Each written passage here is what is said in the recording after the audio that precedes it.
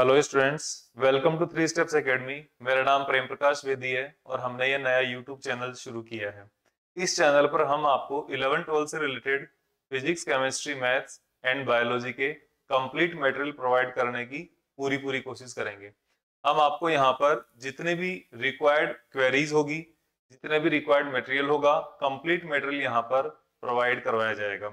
सबसे पहले हम आपके लिए फिजिक्स से शुरुआत कर रहे हैं। आई होप आप इस चैनल को खूब प्यार देंगे और बहुत इसे लाइक करेंगे। इसलिए हम एक बार शुरुआत करें। किसी भी बड़ी चीज की शुरुआत एक बहुत छोटी चीज से होती है और वही छोटी चीज हम आज शुरुआत कर रहे हैं। और इसके साथ ही हम ये आशा करेंगे आप सभी के हेल्प से, आप सभी के साथ से हम इस चैनल को, इस एकेडमी को बहुत बड़े से बड़ा बनाने की कोशिश करेंगे। एक एक दो स्टूडेंट जो भी आपके फ्रेंड्स मिले, आप सभी को जोड़ते जाएंगे और धीरे धीरे करके हम एक बड़ा परिवार बनेंगे, बड़ा चैनल बनाएंगे, बड़ा परिवार बनाएंगे। ठीक है, इसके लिए हम आज फिजिक्स 11th क्लास से शुरुआत कर रहे हैं सबसे पहले। और यहाँ पर फिजिक्स 11 का हम सेकंड चैप्टर लेके आ रहे हैं, यूनिट्स एंड डायमेंशन। ये हम इसलिए चुना है हमने कि फिजिक्स आपको मैं पढ़ाने वाला हूँ यहाँ पे, और सबसे पहले हम इसी की शुरुआत कर रहे हैं।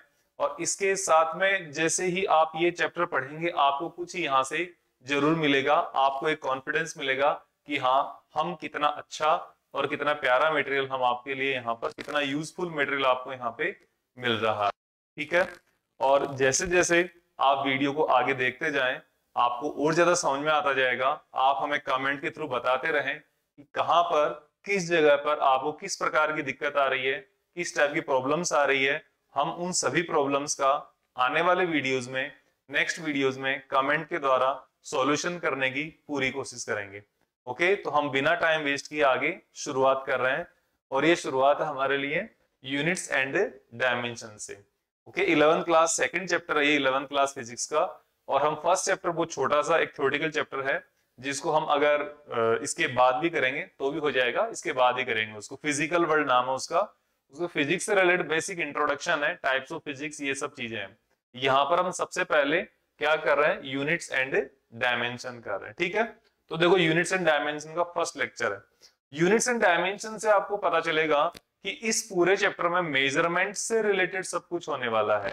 कि मेजरमेंट क्या होता है, मेजरमेंट कैसे किया जाता है, मेजरमेंट में क्या क्या कंपोनेंट्स होते हैं, एरर्स कैसे आती है, मेजरमेंट का क्या लेवल हो सकता है। बहुत स्मॉल लेवल पे भी मेजरमेंट होता है, माइन्यूट लेवल पे होता है, बहुत बड़े स्केल पर भी मेजरमेंट होता है।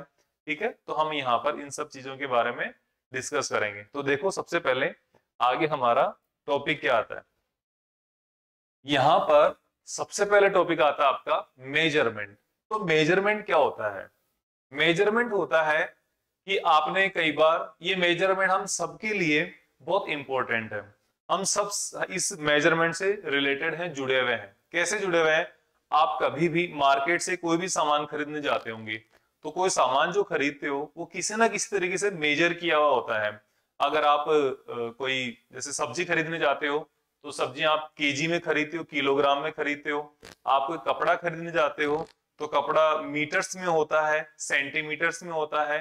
ठीक है, मान लो आप कुछ प्रीसियस आइटम, महंगा आइटम खरीदने गए, लाइक गोल्ड खरीदने गए आप, ओके, और सिल्वर खरीदने गए, चांदी खरीदने गए, तो उस कंडीशन में क्या होता है, ग्राम्स में मेजरमेंट होता है। ठीक है, कुछ जैसी जो ज्यादा काम आने वाली चीजें हैं, जैसे मान लो हम अनाज हो गया, घर में ग्रेन्स हो गए, वो खरीदने जाते हैं, तो क्या, तो वहां पर हम क्विंटल में भी खरीद सकते हैं, डायरेक्ट 100 किलो में खरीदते हैं। मकान बनाने के लिए बजरी, पत्थर, सीमेंट, ये जब हम खरीदने जाते हैं तो हम केजी में नहीं खरीदते, बल्कि क्विंटल्स में खरीदते हैं। क्विंटल्स भी नहीं, हम उसको टन्स में खरीदते हैं। ओके, तो ये सब चीजें हम यहाँ पर स्टडी करेंगे। तो मेजरमेंट क्या है? मेजरमेंट एक बहुत सिंपल सा प्रोसेस है।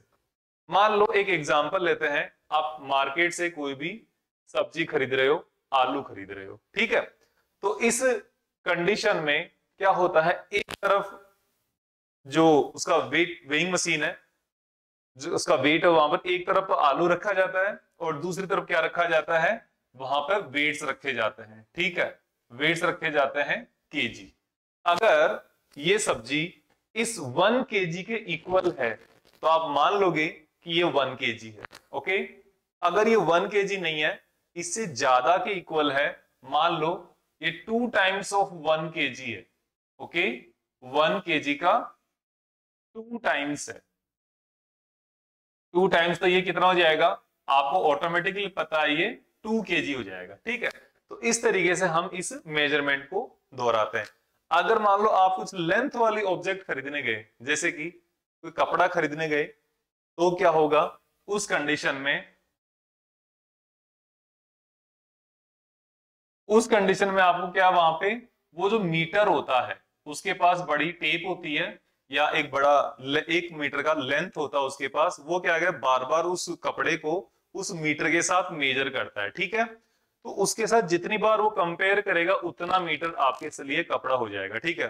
1 टाइम्स करेगा, 2 टाइम्स करेगा, 3 टाइम्स करेगा, 4 टाइम्स करेगा, तो उतने टाइम, जैसे सबसे पहले हम 1 मीटर की बात करें तो एक बार उसके साथ मेजर करेगा, लगभग उस इतनी इसकी लेंथ होती है, एक हाथ के बराबर उसकी लेंथ होती है, तो वहां पर वो मेजरमेंट में आ जाएगा। तो मेजरमेंट क्या हुआ, measurement is a comparison of A quantity. सबसे इंपॉर्टेंट क्या है, comparison. Comparison of A quantity किसके साथ कंपेयर करता है, स्टैंडर्ड वैल्यू के साथ, क्योंकि जो वो मीटर है ना, वो मीटर हमेशा क्या है, स्टैंडर्ड है। वो आपके लिए भी उतना ही साइज का है, मेरे लिए भी उतना ही साइज का है, कोई छोटा बच्चा लेने जाएगा उसके लिए भी उतना ही साइज का है, कोई बड़ा आदमी लेने जाएगा उसके लिए भी उतना ही साइज का है। तो वहां पर स्टैंडर्ड वैल्यू के साथ जो कंपैरिजन होगा दैट इज कॉल्ड मेजरमेंट। हम यहाँ पे सब्जी खरीदने गए, वहां पर 1 kg का जो वेट है, 2 kg का वेट है, 5 kg का वेट है, वो वेट सबके लिए क्या है, सेम है, इक्वल है। तो वहां पर हम 1 kg equal to that particular weight, तो 1 kg मेजर करने के लिए वो पर्टिकुलर वेट काम में लेता है, इसलिए हम वहां पे उस पर्टिकुलर व्यक्ति से सामान खरीदने के लिए मेजरमेंट बहुत जरूरी होता है, ठीक है। अब आगे हम बात करते हैं, जैसे इसके टाइम, आप कहीं जाके आ रहे हो, तो जाके आ रहे हो तो कुछ ना कुछ टाइम कंज्यूम करते हो, ऐसा तो है नहीं कि आप बिना टाइम कंज्यूम किए कहीं पर भी जाके आ गए।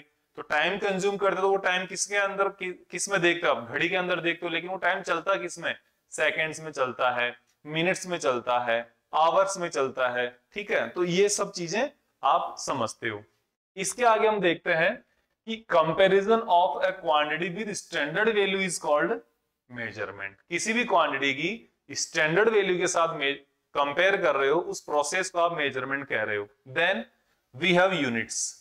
अब जो ये स्टैंडर्ड वैल्यूज है जिसके साथ आप कंपेयर कर रहे हो, like 1 kg, 1 metre, 1 second, 1 centimetre, 1 gram, okay. तो ये 1 केल्विन टेम्परेचर हो गया, तो केल्विन हो गया, डिग्री सेल्सियस हो गया, ओके। स्पीड मेजर कर रहे हो तो मीटर पर सेकंड हो गया। ये सब क्या है, ये स्टैंडर्ड वैल्यूज है। इन स्टैंडर्ड वैल्यूज को आप क्या कह रहे हो, units. Standard values are known as a units. तो यहां पर यूनिट का भी सामने एग्जैक्टली हो गया। यूनिट क्या कहलाती है, in the measurement standard values are called units which values are acceptable for all the person, okay. जितने भी लोग हैं सब लोग उनको एक्सेप्ट करेंगे और वो स्टैंडर्ड होगी, उनको आप क्या कहोगे, यूनिट्स कहोगे, ठीक है। ठीक है, अब आगे है इसके बाद क्वांटिटीज। अभी हमने बात करी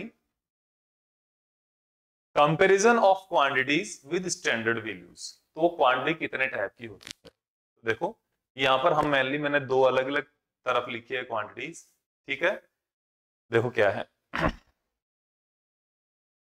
यह है इमोशन, बिहेवियर एंड ब्यूटी। इधर 3 अलग अलग क्वांटिटीज लिखी हुई है, ठीक है, देख लेना आप। फिर इधर है length, mass, speed and force. इधर 3 क्वांटिटीज। इन दोनों तरफ जो मैंने क्वांटिटीज यहां पर नोट की है, इन दोनों तरफ की क्वांटिटीज में क्या बेसिक डिफरेंस है। एक डिफरेंस है जो यहाँ पर बहुत फंडामेंटल डिफरेंस है, बहुत बेसिक डिफरेंस है, आप भी इसको देख के पहचान पा रहे होंगे। क्या, इस तरफ की जो क्वांटिटीज है length, mass, speed and force, ये क्वांटिटीज मेजर किए जा सकते हैं, okay, can be measured, okay, measured by physical instrument or physical method. कोई भी क्वांटिटी, ये वाली इधर इस साइड में जो क्वांटिटीज है उनको आप मेजर कर सकते हो। लेंथ मेजर की जा सकती है, मास मेजर किया जा सकता है, स्पीड मीटर पर सेकंड में मेजर करते हो, फोर्स ये भी मेजर किया जा सकता है। तो ये सब क्या है, मेजर्ड क्वांटिटी है, मेजरेबल क्वांटिटीज है। ओके, तो इनको आप कहोगे फिजिकल क्वांटिटी। इनको क्या कहोगे, फिजिकल क्वांटिटी। ओके, और ये वाली क्वांटिटी इधर इमोशन, कोई कितना इमोशनल है, ज्यादा है, कम है, बहुत ज्यादा है, बहुत कम है, ये आप बता सकते हो। न्यूट्रल है, लेकिन कितना, कोई इसका मेजरमेंट है? अभी तक हमारे पास फिजिकली इसका कोई भी मेजरमेंट नहीं है। बिहेवियर, किसी का बिहेवियर अच्छा है, बुरा है, बहुत अच्छा है, बहुत बुरा है, न्यूट्रल है, ये है, लेकिन कोई मेजरमेंट नहीं है। कोई ऐसा कुछ नहीं है कि भाई 200 ग्राम बिहेवियर अच्छा है उसका, 200 ग्राम अच्छा है, या 100 ग्राम इमोशनल है, ऐसा कुछ भी नहीं है यहाँ पे, है ना। कोई मीटर में, ग्राम में, ऐसा कुछ भी नहीं है। तो ये क्या हो गए, एक नॉन मेजरेबल हो गए, इनको मेजर नहीं कर सकते हम। ब्यूटी, कौन कितना सुंदर है, कितना ज्यादा है, कम है, बहुत खराब है, बहुत अच्छा है, कुछ भी इसका मेजरमेंट नहीं है। बस आप एक कंपैरेटिव बता सकते हो कि भी थोड़ा ज्यादा है, कम है। अलग अलग लोगों के लिए वो बिहेवियर अलग अलग बदल जाता है, ठीक है। कोई किसी चीज को ज्यादा सुंदर बता सकता है, लेकिन कोई नहीं भी बता सकता है। इसका कोई मेजरमेंट नहीं है, तो इसलिए आप इनको क्या कहोगे, can not be measured. Measure, ये मेजर नहीं किए जा सकते, इसलिए इनको क्या कहोगे, ये है इमोशन, ठीक है। बिहेवियर एंड ब्यूटी मेजर नहीं किया जा सकते, ये क्या है, नॉन फिजिकल है, ये non physical.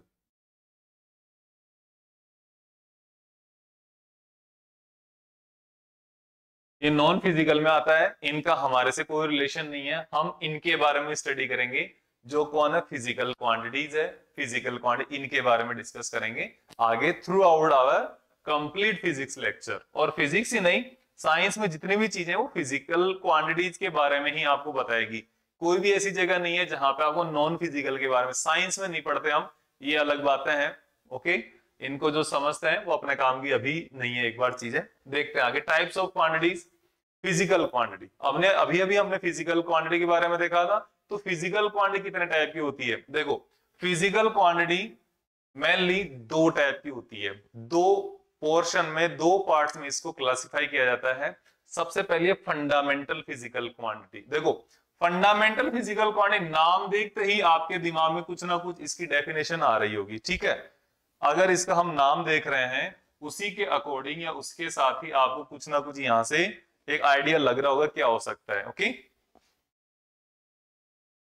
Fundamental physical quantity क्या होता है, फंडामेंटल है ये किसी दूसरी चीजों पर डिपेंड नहीं करती, वही तो होगी ना, which do not depend upon other quantity. Okay,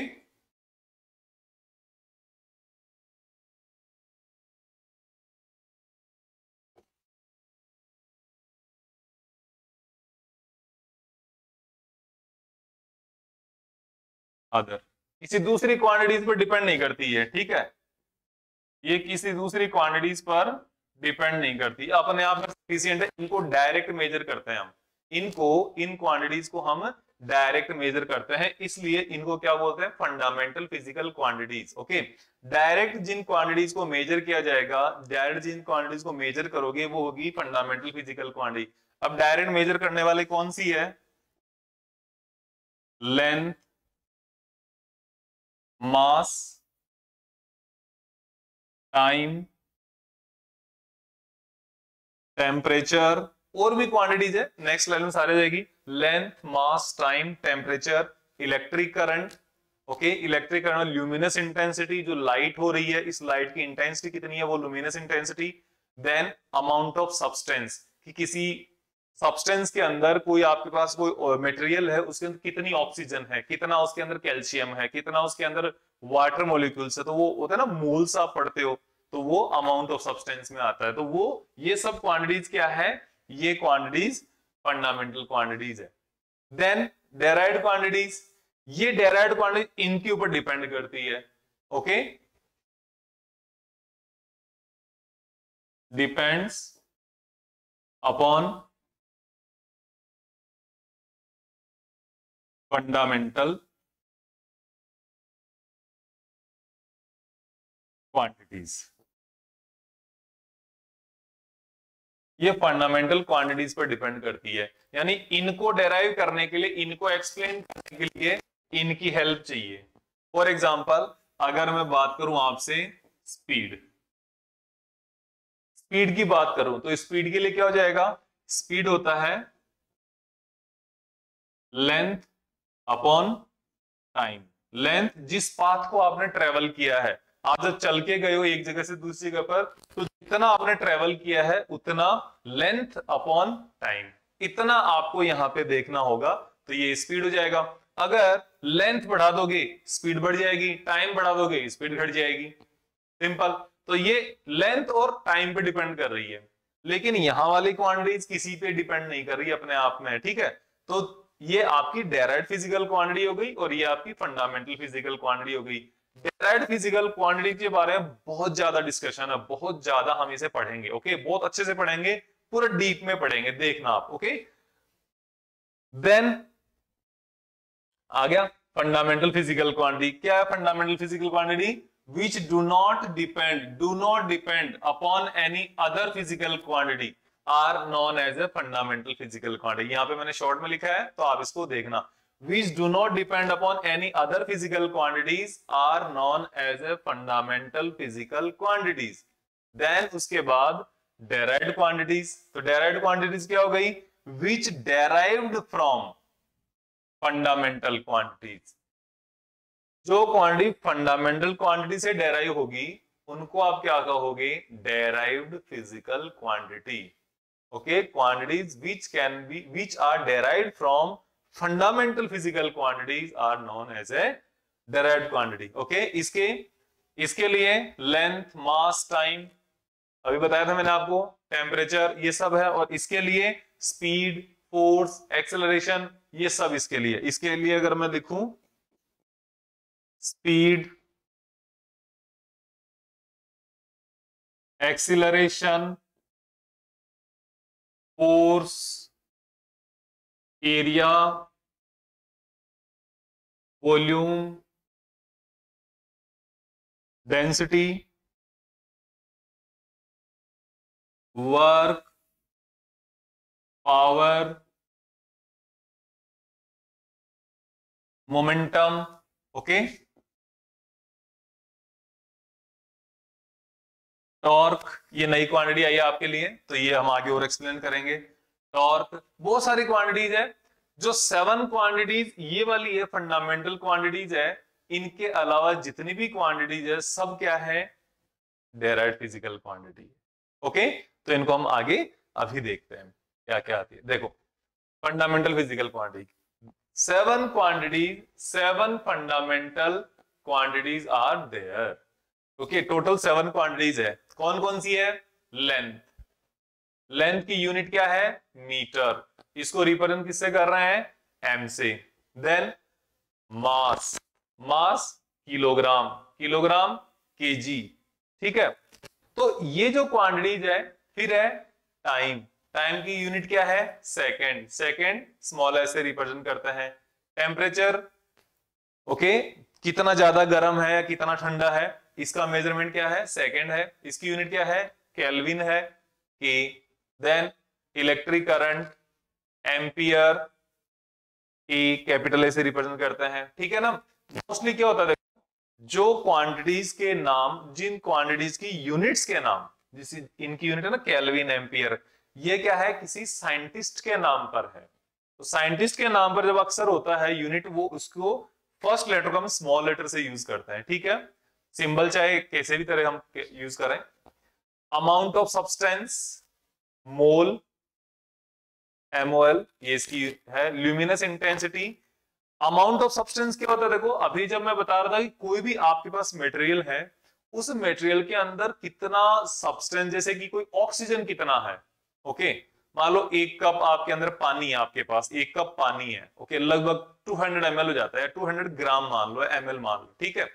तो उसके अंदर कितने ऑक्सीजन मॉलिक्यूल्स है, ओके। तो उस अमाउंट को जो आप बोलोगे वो बोलोगे मोल्स, कि लगभग उसके अंदर 1 mole of atom oxygen molecules है। Okay, 1 mole of hydrogen molecules है। ओके, ऐसा कुछ आप बता सकते हो आप, तो वो क्या है, अमाउंट ऑफ सब्सटेंस है, मोल में रिप्रेजेंट होता है। ठीक है, देन ल्यूमिनस इंटेंसिटी, जो लाइट है, जहां पे आप पढ़ रहे हो तो लाइट वाले रूम में ही पढ़ोगे, तो उस लाइट की, उस रूम में जो लाइट है इंटेंसिटी, उसकी इंटेंसिटी कितनी ज्यादा है, that is called luminous intensity. Okay, इसकी यूनिट होती है कैंडेला, सीडी से ये रिप्रेजेंट होता है। ठीक है, तो ये आपकी 7 फंडामेंटल फिजिकल क्वांटिटीज है। फंडामेंटल केवल 7 ही है, इसके अलावा, इसके अन्यथा जो भी क्वांटिटीज होगी वो अदर क्वांटिटीज में आएंगी। ठीक है, इसके बाद हमने एक छोटा सा और यहां पर इसको कंप्लीट करने के लिए एक छोटा सा टॉपिक लिया, नोट लिया है, 2 supplementary quantities are also there. Okay, 2 supplementary quantities और है, तो इनको भी हम अभी स्टडी करेंगे। 7 फंडामेंटल क्वांटिटीज, ओके, 7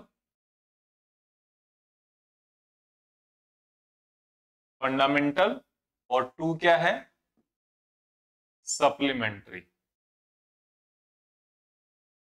देखो इनको, इनमें सबसे पहला है एंगल।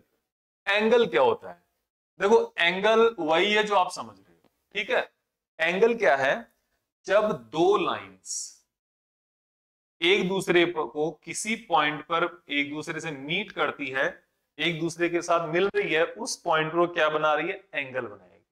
That's it. 2 लाइंस जब एक दूसरे से मिल रही है, they meets at a point, they forms angle. Okay, अब ये एंगल ये अंदर वाला साइड का भी होता है और ये बाहर वाली साइड का भी होता है। अगर 2 लाइंस ये एक दूसरे को मिलने के बजाय एक दूसरे को इंटरसेक्ट कर दे, तो यहाँ पर 4 डिफरेंट एंगल्स बन रहे हैं। ये वाला एंगल हो गया, लेकिन ये और ये बराबर हो जाएगा।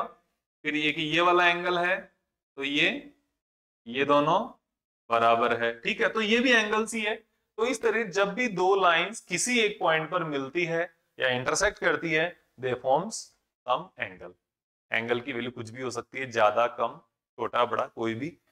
0 डिग्री से लेकर 360 डिग्री के बीच में कुछ भी उस एंगल की वैल्यू हो सकती है। ठीक है, तो हम यहां पर ये क्या, ये सर्कल है। ओके, ये कंप्लीट सर्कल है जिसका सेंटर है ए। ओके, तो यहां पर ये जो ए सी एंड ए बी, ये 2 इसकी रेडियस है, ये भी क्या है, आर है इसकी वैल्यू, ये भी क्या है, आर इसकी रेडियस है। ठीक है, ये बी सी क्या है, यहां से बी से लेकर सी तक ये है इसका आर्क, ये इसका आर्क है। पता है आपको, आर्क की जो लेंथ है इसको हम लिख सकते हैं यहां पे एस लिख सकते हैं, कुछ भी लिख दो, एस लिख दो, डायरेक्ट बीसी लिख दो, ओके, एल लिख दो, कुछ भी लिख सकते हो। ठीक है, ये आर हो गया। तो इस यहां पर ये जो एंगल बन रहा है, जो इसकी दोनों रेडियस जहां पे मिल रही है सेंटर पे, तो वहां पर एंगल बन रहा है। इस एंगल की वैल्यू कैसे दोगे, इस एंगल को आप बोल रहे हो आर्क अपॉन रेडियस।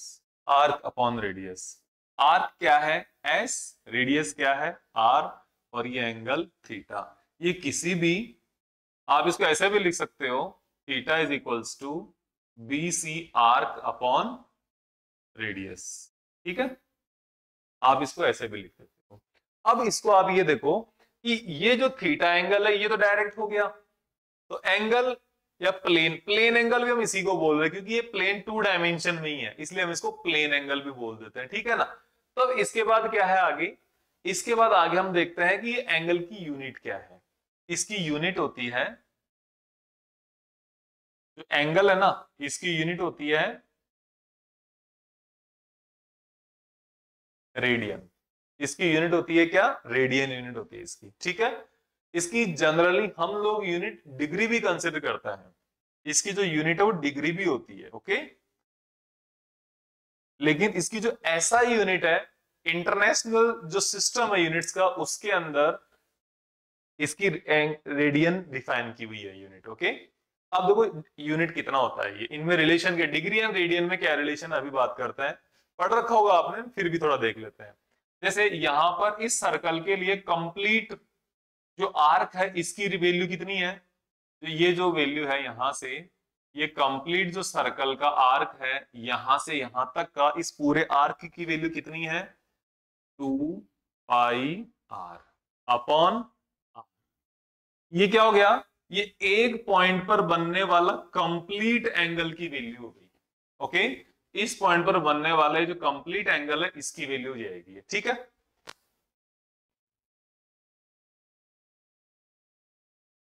इस पूरे एंगल की वैल्यू, तो ये पूरे एंगल के लिए पूरा कंप्लीट आर्क आएगा 2πr अपॉन रेडियस r, तो ये वैल्यू कितनी जाएगी, r से r cancel out 2π।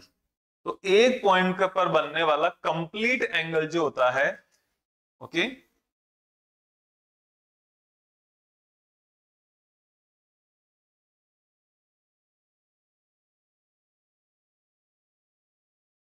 Eight a point, एक पॉइंट पर कंप्लीट एंगल की वैल्यू जो सम है वो 360 होता है, ये 2π, इसको आप क्या लिखते हो, 360 डिग्री। ओके, अब जब 360 डिग्री हो गया तब आगे हम बात करते हैं कि आपने देखा 360 डिग्री इज इक्वल्स टू 2π, तो पाई इज इक्वल्स टू कितना आ गया, 180 रेडियन आ गया, बस sorry, pi radian is equals to 180 degree हो गया, ठीक है ना। इधर क्या है, ये पाई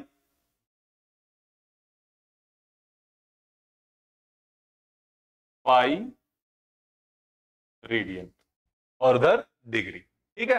अब आप देखो इसको, और आगे हम क्या दे, 1 रेडियन इज इक्वल्स टू, हम बात करें तो 180 अपॉन पाई, इधर क्या है, रेडियन है, ठीक है, इधर डिग्री। तो अगर 1 डिग्री इक्वल्स टू चाहिए हमें, 1 डिग्री चाहिए तो पाई अपॉन 180 डिग्री 180 रेडियन, ठीक है। तो ये आपको एक तो फॉर्मूला होगा याद करने के लिए, 1 degree equals to pi upon 180 radian, ठीक है। हमें पता है, आप जानते हैं पहले से, लेकिन फिर भी एक बार के लिए तो आपको एक चीज समझ में आ गई, अगर आपको डिग्री को रेडियन में कन्वर्ट करना है, क्या, डिग्री टू रेडियन, तो आपको मल्टीप्लाई बाई पाई अपॉन 180, ठीक है। तो ये एक एंगल के लिए ध्यान में रख लो, डिग्री टू रेडियन, तो क्या करना है, multiply by pi upon 180, okay. और अगर रेडियन टू डिग्री करना हो तो मल्टीप्लाई बाई 180 अपॉन पाई, इसको ऑपोजिट कर देना, जैसे ये है। तो इस तरीके से आपको चलना है कि 1 degree equals to pi upon 180 radian. अब एंगल की और भी इससे छोटी यूनिट्स भी होती है, क्या होती है देखो, क्योंकि ये जो यूनिट्स है ना ये आपके काम में आएगी, ये चैप्टर जैसे जैसे आगे चलेगा एंगल का मेजरमेंट होगा, एंगल के साथ साथ लेंथ के मेजरमेंट में बहुत काम आएगी, ठीक है। जैसे आप ये समझो एस्ट्रोनॉमिकल डिस्टेंसेज है, उनको मेजरमेंट करने का एक मेथड आएगा हमारे, तो उनको मेजरमेंट करने के लिए एंगल का नॉलेज होना बहुत जरूरी है। तो देखो इसकी एक यूनिट होती है सेकेंड, जैसे 1 degree is equals to, radian में करें पाई अपॉन 180, इसके अलावा क्या होती है 60 मिनट्स, ये जो सिंबल है ना डैश, ये मिनट का सिंबल है, इसको आप लिख सकते हो minutes, okay. Then 1 minute is equals to 60 seconds, okay. ये जो डबल डैश है ये सेकेंड्स का सिंबल है। तो आपको अल्टीमेटली एक चीज और ध्यान में आ गई होगी, 1 second is equals to, sorry 1 second नहीं, हम पहले 1 डिग्री का कर लें, 1 degree is equals to 60 minute, और इस मिनट्स को हम सेकेंड में कन्वर्ट करेंगे तो ये 3600 सेकेंड्स हो गया। 1 degree is equals to 3600 second, 3600 second हो गया, ठीक है। Now we have 1 second is equals to कितना आएगा 1/3600 degree. 1 second is equals to 1/3600 second. Okay, तो अब आपको एक चीज और आ गई, अगर degree to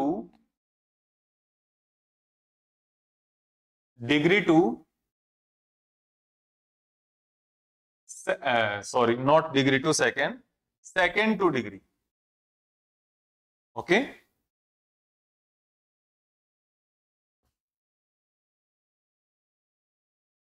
second to degree अगर कन्वर्ट करना है तो आपको क्या करना है, मल्टीप्लाई बाई 1/3600। ओके, सेकेंड्स को डिग्री में कन्वर्ट करना है तो 1006 सेकेंड। ओके, तो ये आपको ध्यान रखना है। और डिग्री को रेडियन में करना है तो π/180। इसको आपको इस तरीके से कन्वर्ट करना है। तो अब आपको अगर मैं एक क्वेश्चन देता हूं आगे, कन्वर्ट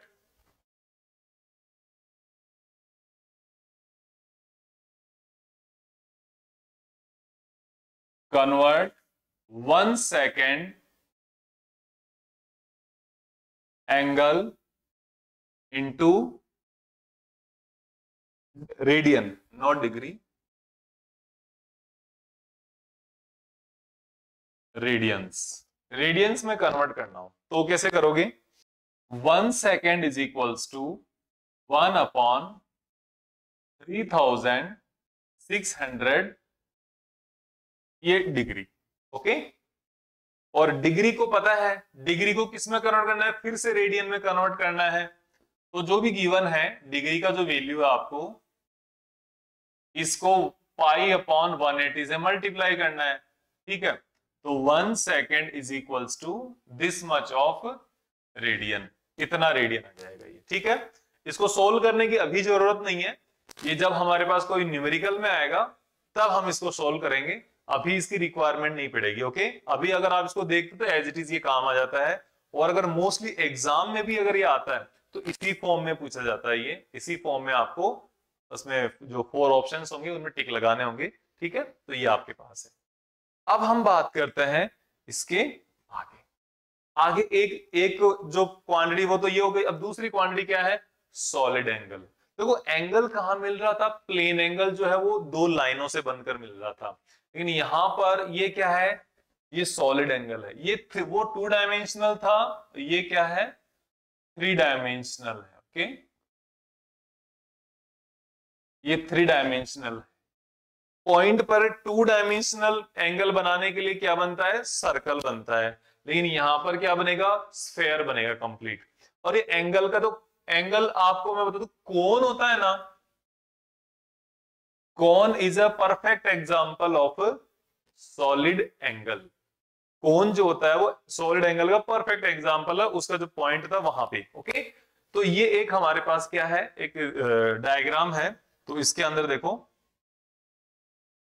ये एक फेस है इसका, ये एक इसका एरिया है। ओके, इसको हम ए से रिप्रेजेंट कर देते हैं, ठीक है ना। और इसके बाद है हमारे पास, अब इस सॉलिड एंगल को रिप्रेजेंट करने के लिए हमारे पास क्या होता है, ये जो यहां पर जो ये एंगल बना रहा है ये सॉलिड एंगल है। जैसे अगर हम एक कोन लेते हैं तो ये तो हो गया कोन, ये कोन का फ्रंट फेस, ये सरफेस हो गया इसका कोन का, ठीक है। तो ये जो यहां पर क्या बनाएगा, ये जो चीज बनेगी यहां पे, ये होगा इसका सॉलिड एंगल। इसको रिप्रेजेंट करेंगे हम ओमेगा से। ओके, ओमेगा से रिप्रेजेंट करें। अगर ये इसका एरिया है तो हम इसका एंगल क्या लिखेंगे, solid angle omega is equals to surface area upon radius square. तो ये आपके पास ये रेडियस है ना, ये जो डिस्टेंस है यहाँ पे, ये अगर इस स्फेयर के अंदर मानोगे आप, तो यहाँ पर इस सरफेस तक की ये रेडियस, ये जो सरफेस तक की जो रेडियस हो गई, ये रेडियस का स्क्वायर। अब देखो एक बात अगर मैं आपके लिए कहूं, यहां पर इसको हम अगर एनालाइज करें तो इस पॉइंट तक की, देखो मैं इसमें छोटा सा डायग्राम में डिस्टर्बेंस करूंगा, ठीक है, इस जगह तक की अगर इसके लिए अगर हम बात करें तो इसका एरिया भी छोटा होगा, इसकी रेडियस भी छोटी होगी, लेकिन ये जो एंगल बन रहा है यहां पे, ये जो एंगल बन रहा है ये तो सेम ही बनेगा ना, ये तो चेंज नहीं होगा। ये बड़े वाले सरफेस के लिए भी सेम है, छोटे वाले के लिए भी सेम है, तो रेडियस स्क्वायर छोटा हो जाएगा और इसके लिए रेडियस भी बड़ी वाली काम करेगी, तो इसलिए आपको ध्यान में रखना, ठीक है ना। तो ये क्या हो जाएगा यहाँ पे, सरफेस एरिया अपॉन रेडियस। तो सरफेस एरिया अपॉन रेडियस में देखो क्या हो जाएगा, सरफेस एरिया ए लिख दिया आपने, और ये आर का स्क्वायर, और इसकी जो यूनिट होती है ये इसकी वैल्यू हो गई, और इसकी जो यूनिट होगी वो होगी स्टेरेडियन। स्टेरेडियन शॉर्ट में आप इसको एसआर भी लिख सकते हो, ये क्या होगा, स्टेरेडियन, शॉर्ट में आप इसको एसआर भी लिख सकते हो।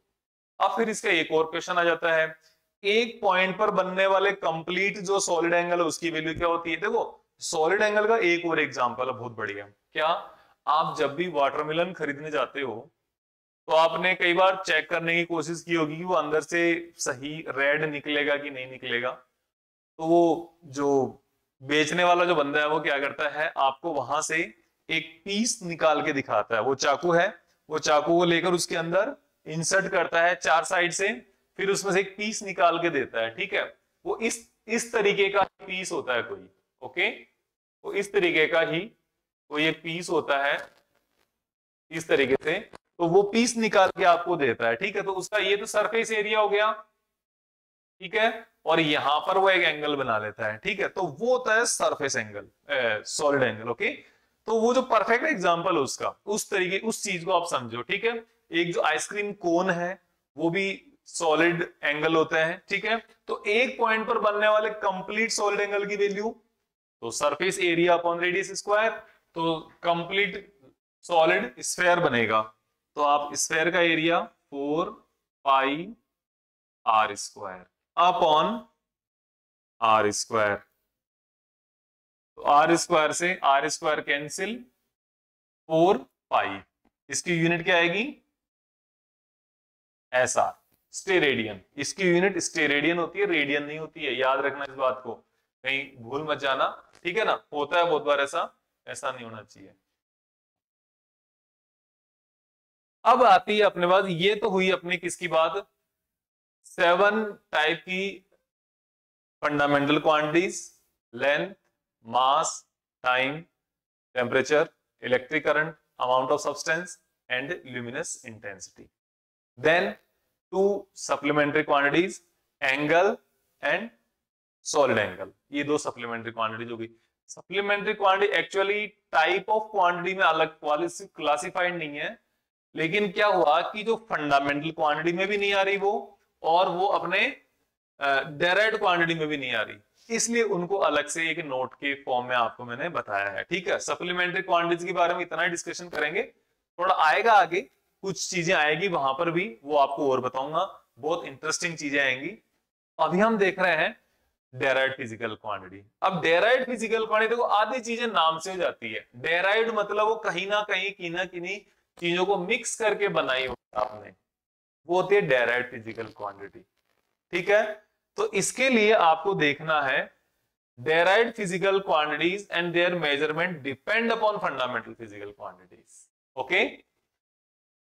Other than 7 fundamental physical quantities, all quantities are derived physical quantities. सबसे पहली बात तो यह है कि जो derived physical quantities है ना, ये इनका मेजरमेंट, ओके, जो है ये फंडामेंटल फिजिकल क्वांटिटीज के ऊपर डिपेंड कर रहा है, okay. derived physical quantities and there measurement, ये खुद भी और इनका मेजरमेंट भी, वो दोनों ही फंडामेंटल फिजिकल क्वांटिटीज के ऊपर डिपेंड करता है। ठीक है, उसके बाद क्या है, इसके बाद है other than 7 fundamental physical quantities. जो 7 फंडामेंटल फिजिकल क्वांटिटीज है, उनके अलावा सभी क्वांटिटीज डेराइव्ड क्वांटिटीज है। उनके अलावा सभी क्वांटिटीज डेराइव्ड फिजिकल क्वांटिटीज में आ रही है। जैसे speed and velocity.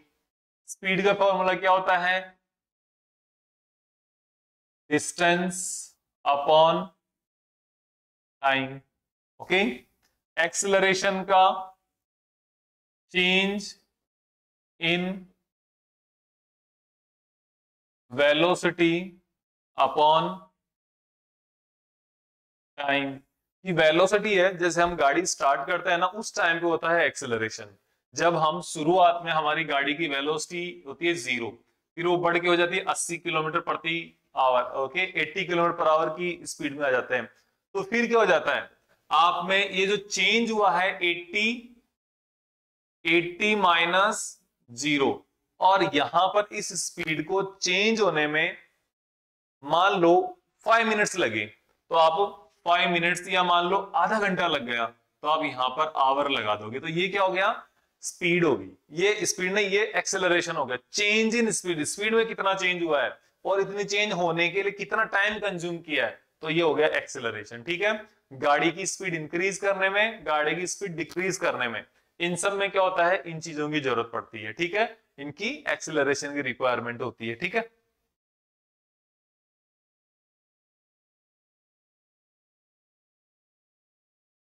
Then force. Force क्या होता है, mass into acceleration.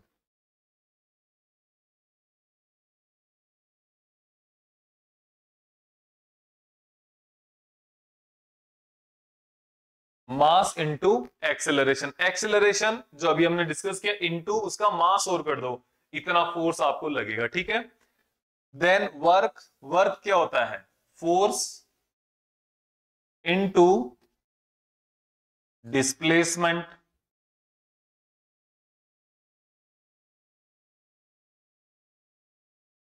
Force into displacement, ये भी क्या होता है, ये वर्क हो गया। क्योंकि अब देखो यहां पे स्पीड है, डिस्टेंस और टाइम भी डिपेंड कर रही है। एक्सेलरेशन है, वो चेंज इन वेलोसिटी और टाइम भी डिपेंड कर रहा है। फोर्स है, मास और एक्सेलरेशन पे डिपेंड कर रहा है। एक्सेलरेशन वेलोसिटी पे डिपेंड कर रहा है, वेलोसिटी खुद डिस्टेंस पे डिपेंड कर रही है। अल्टीमेटली ये क्वांटिटी कहीं ना कहीं किसी ना किसी फॉर्म में फंडामेंटल क्वांटिटीज पे डिपेंड करेगी। कौन सी फंडामेंटल, वो 7 क्वांटिटीज। ओके, याद रखना उनको। पावर। पावर क्या होता है, work upon time. Rate of doing work is equals to power. Okay, जितना आपने काम किया, कितने टाइम में किया, वो डिवाइड कर दो, वो आपकी पावर हो जाएगी। ठीक है, एक्चुअली इस पावर से हम बहुत ज्यादा कंफ्यूज होते हैं। पावर का मतलब नहीं है कि कोई कितना ज्यादा काम कर सकता है, कितना ज्यादा काम किया, कितना ज्यादा फोर्स लगाया, नहीं। ओके, जितना ज्यादा काम किया वो वर्क और एनर्जी में आता है। ओके, कितनी फास्ट काम किया, मतलब उस काम को करने में कितना टाइम लगा, वो फिर पावर में आता है। का वर्क के साथ जब टाइम जुड़ेगा, टाइम को आप साथ में काउंट करोगे, तब पावर आएगा। जितना फास्ट काम करेगा तो पावर ज्यादा है, स्लो काम करेगा, स्लो कार्य होगा, स्लो एनर्जी होगी, तो वहां पे पावर कम होगा। ठीक है, तो इस चीज को आप थोड़ा ध्यान में। तो ये क्या डेराइव्ड क्वांटिटीज है। डेराइव्ड क्वांटिटी में स्पीड को आपको सबको पता है, डिस्टेंस अपॉन टाइम, तो डिस्टेंस और टाइम भी डिपेंड कर रही है। ओके, जैसे आपने देखा यहां पर, आपने 50 किलोमीटर आप रन कर रहे हो। 50 किलोमीटर रन करने के लिए आपको सपोज 5 आवर्स लगे। 5 आवर्स लगे 50 किलोमीटर, 50 किलोमीटर के लिए। ओके, तो क्या हो जाएगा, 10 किलोमीटर पर आवर। ठीक है, एक बार चेक करना, देखना इस, अगर अब 50 किलोमीटर ट्रेवल किया, वो तो बस अपने आप में फिक्स है, वो किसी दूसरी चीज पे डिपेंड थोड़ी करेगा।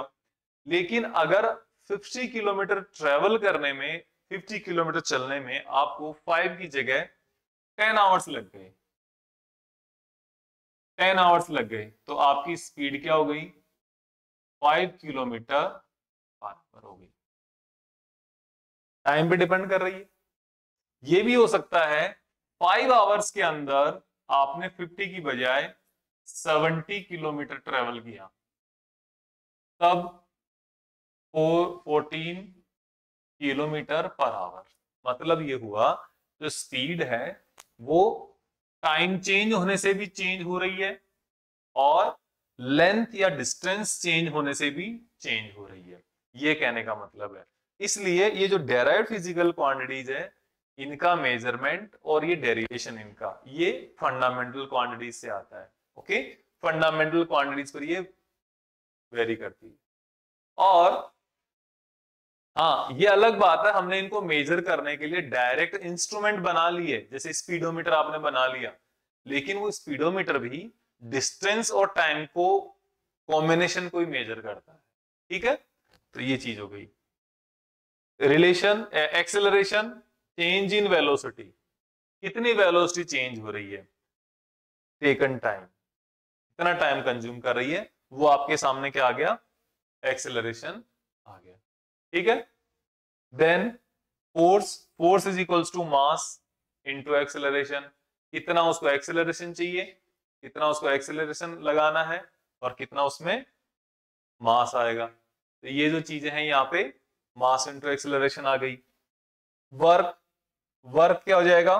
फोर्स इनटू डिस्प्लेसमेंट, कितना आपने फोर्स लगाया है। होता है ना, आपने फोर्स धक्का देके किसी ऑब्जेक्ट को ट्रांसफर करते हो, एक जगह से दूसरी जगह पर ले जाते हो, मूव करते हो, तो वो वर्क होता है। वर्क अपॉन टाइम, ये पावर आ जाता है। ठीक है, तो ये आपके सामने क्या हो गया? ये आपके सामने डेराइव्ड फिजिकल क्वांटिटी का एक छोटा सा एग्जांपल आ गई। इनकी यूनिट्स भी हम स्टडी करेंगे। ओके, इनकी आगे जो डायमेंशनल एनालिसिस वो भी हम यहाँ पे स्टडी करेंगे। ठीक है, तो देखते हैं आगे। देखो, जैसे अगर मैं यहीं पर बात करूं आपसे, डिस्टेंस अपॉन टाइम, इनकी यूनिट क्या होगी? डिस्टेंस की यूनिट होगी मीटर, टाइम की यूनिट होगी सेकेंड, तो मीटर पर सेकेंड। ये इसकी ऐसा यूनिट की बात कर रहे हैं। वैसे ये भी तो यूनिट ही है, किलोमीटर पर आवर, ये यूनिट, ये भी यूनिट है। हम जो स्टडी करेंगे वो भी यूनिट होगी, डिफरेंस क्या होगा वो आगे देखेंगे। ठीक है, देन है units and system of units. अब आया ना, ठीक है, हम एडवांस में बात कर रहे थे, अभी आया units and system of units. तो यूनिट्स क्या होती है? Standard values used for measurement are called units.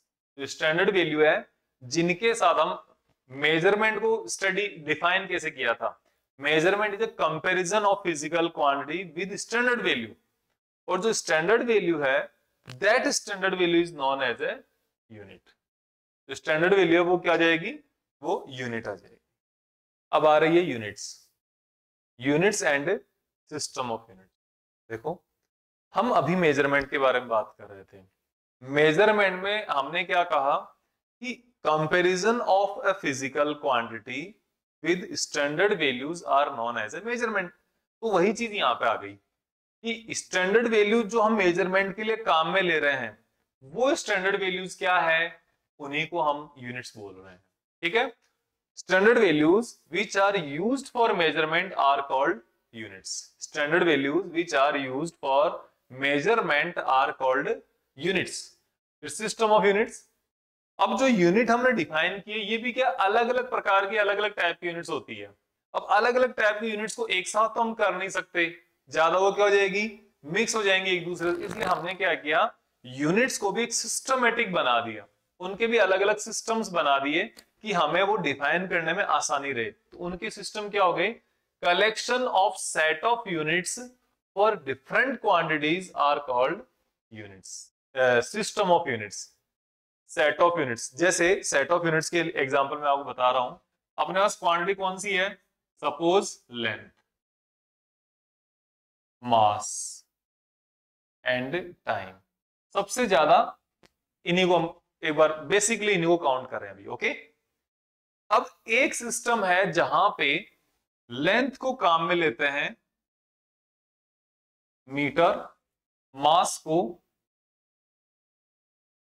Kilogram and time को सेकंड। तो यहां से क्या निकला, M K S, M K S system of units, M K S units, इसको ऐसे भी बोलते हैं M K S system of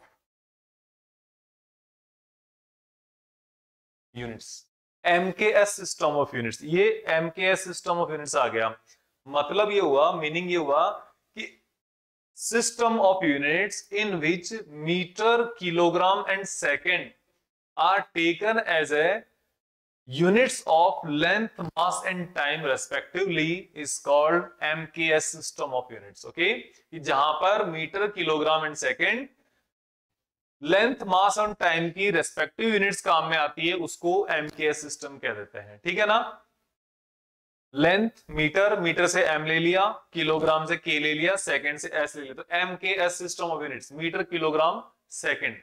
अब जब ये सिस्टम हम काम में लेंगे, ये एमकेएस सिस्टम जब हम काम में लेंगे, तो जितनी भी यूनिट्स लेंगे सारी यूनिट्स ऐसे ही काम में लेनी है, इन्हीं की काम में लेनी है। ऐसा नहीं होगा लेंथ की तो हमने मीटर ले ली और मास के लिए हम ग्राम यूज कर रहे हैं, ऐसा नहीं होगा। या मास की तो हम किलोग्राम यूनिट ले ली और लेंथ के लिए हम मीटर काम में ले रहे हैं, ऐसा नहीं होगा। ठीक है, इसके लिए हम क्या करेंगे, दोनों के लिए चेंज करेंगे। ठीक है, तो ये है। फिर है हमारे पास आगे सीजीएस यूनिट्स। सीजीएस यूनिट्स क्या है,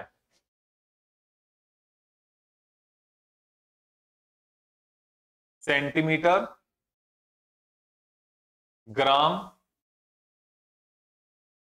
सेकंड, सेंटीमीटर, ग्राम, सेकंड, सीजीएस, इसका सी आ गया, ग्राम आ गया, एस आ गया, सीजीएस सिस्टम ऑफ यूनिट्स।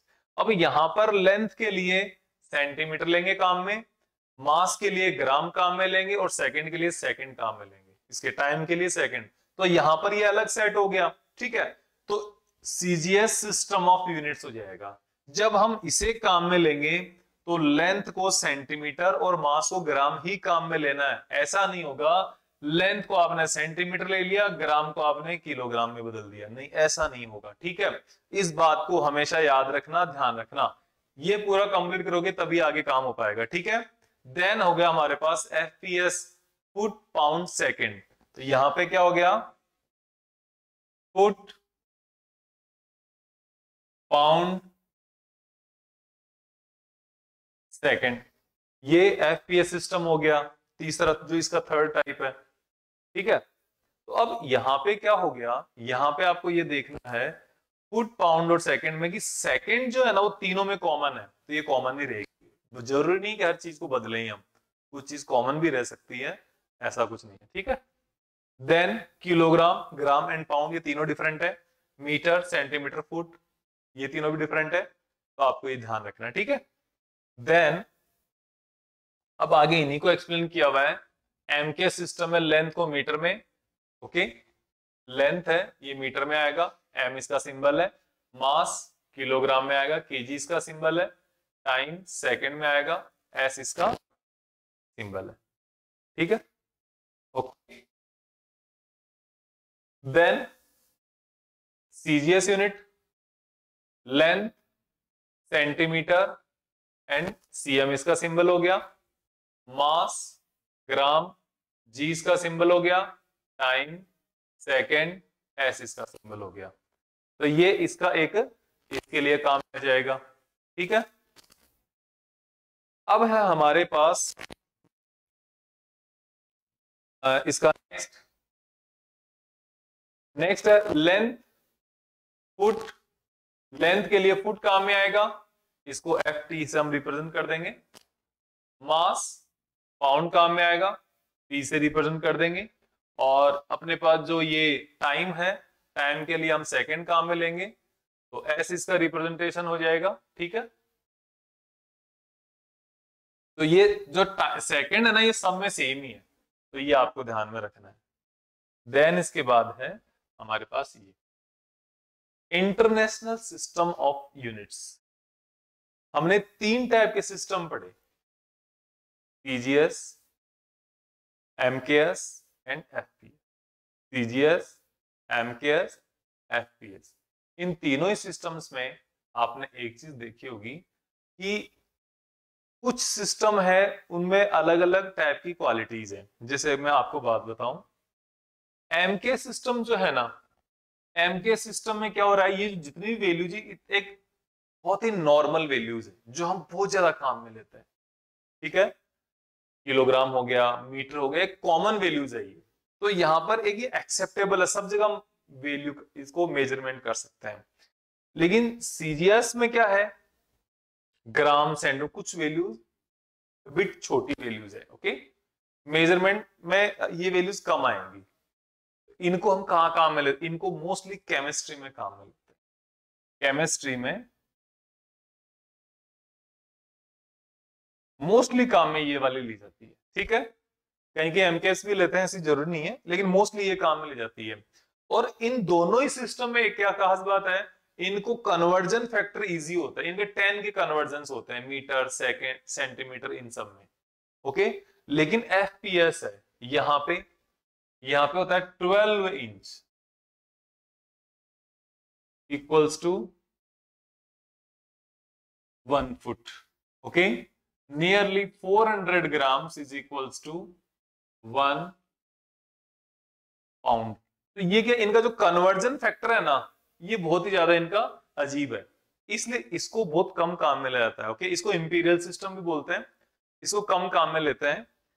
अब सबसे एक इंपॉर्टेंट बात ये आ रही है कि जब हम इंटरनेशनल लेवल पे इतने अलग अलग सिस्टम होंगे तो हम किसको काम में लें। तो एक इंटरनेशनल सिस्टम है, एक इंटरनेशनल ब्यूरो है मेजरमेंट्स के लिए, उसने बता रखा है कि भाई एक इंटरनेशनल सिस्टम ऑफ यूनिट्स बनाया उसने, और उसने क्या कर रखा है कि भाई जो भी है, आप सीजीएस, एमकेएस, एफपीएस जो ठीक है, लेकिन ऐसा यूनिट्स डिफाइन करने के लिए, इंटरनेशनल सिस्टम डिफाइन करने के लिए हम क्या कर रहे हैं, ये एक सेट फिक्स कर रहे हैं। क्या, लेंथ को मीटर में मेजर करना है, एम सिंबल हो जाएगा, मास के लिए किलोग्राम रहेगा, टाइम के लिए सेकंड रहेगा, टेम्परेचर के लिए केल्विन रहेगा, इलेक्ट्रिक करंट के लिए एम्पियर रहेगा, अमाउंट ऑफ सब्सटेंस के लिए मोल रहेगा, और ल्यूमिनस इंटेंसिटी के लिए कैंडल। तो ये जो 7 यूनिट्स है, ये 7 यूनिट इंटरनेशनली एक्सेप्ट की गई है, डिफाइन की गई है,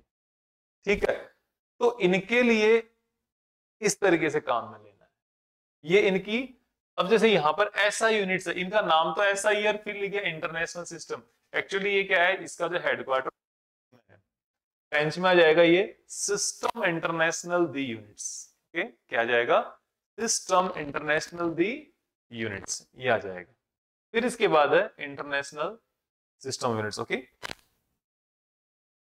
देन है हमारे पास बहुत सारी क्वांटिटीज होगी, जब हमारे पास बहुत बड़ी बड़ी वैल्यूज आती है या बहुत स्मॉलर वैल्यूज आती है, उनको मेजरमेंट करने के लिए हम कैसे लिखें। फॉर एग्जांपल, आपको इस तरीके से लिखना हो 0.000008, इसके दो तरीके हो गए, एक तो ऐसे और एक हो गया 8 इंटू 10⁻⁻6। एक इसका ये तरीका हो गया लिखने का। कौन सा ज्यादा अच्छा लग रहा है, ये वाला ज्यादा सही लग रहा है या फिर ये वाला तरीका ज्यादा सही लग रहा है? पॉइंट के साथ गिनो, इसको भी काउंट, 1 2 3 4 5 6, 6 माइनस का 6 लगा दो, पॉइंट को भी काउंट करना है, जीरोस है उससे एक ज्यादा, ये मान लो, ठीक है। तो फिर हम ऐसा लिखें, जितने जीरोस लगा दिए ना, पॉजिटिव आने पर उतना जीरोस लगा दो, ऐसे, ये भी ज्यादा सही लग रहा है। तो इस तरीके से हमें लिखने के लिए क्या, एक साइंटिस्ट ने एक मेथड बना रखा है। तो उसके लिए हमारे पास क्या है, मल्टीपल्स एंड सब मल्टीपल्स और प्रीफिक्सेस। जो मल्टीपल्स और सब मल्टीपल्स है, जैसे 10 टू द पावर पॉजिटिव में अगर है 1, 10 टू द पावर 1, तो ये क्या मल्टीपल हो गया। इसके अगेंस्ट 10 टू द पावर -1, ये क्या होगा, सब मल्टीपल हो गया, ठीक है। तो इनके लिए क्या है देखो, 10⁻1 डेका, ठीक है, इसको डेका से लिखेंगे, DA, ये काम में आ जाएगा, ठीक है। देन 10⁻2, 2 का ये हो गया हेक्टो, ये H काम में आ जाएगा इसके लिए, ठीक है। हेक्टो का मतलब 100, 100 मीटर को हेक्टोमीटर बोल सकते हो आप, ओके। क्या बोल सकते हो, 100 मीटर को हेक्टोमीटर बोल सकते हो। यहां क्या है, 10 है, 10 मीटर को आप डेकामीटर बोल सकते हो। फिर है 10⁻3, 3 zeros, 1000 मीटर क्या होता है, किलोमीटर, तो इसके लिए आपने क्या लगा दिया, किलो लगाया, के स्मॉल क्या आ जाएगा, तो लिखो ना KM, वो किलोमीटर होता है। 10 अभी 6 है तो यहाँ पे 6 zeros है, 10⁻6, इसको मेगा बोला जाता है, जैसे मेगावाट, तो मेगावाट जो अपने इलेक्ट्रिक पावर प्लांट होती है, गवर्नमेंट इलेक्ट्रिक पावर प्लांट होते हैं, जनरेटर होता है, उनकी यूनिट होती है, उनकी कैपेसिटी होती है, ठीक है।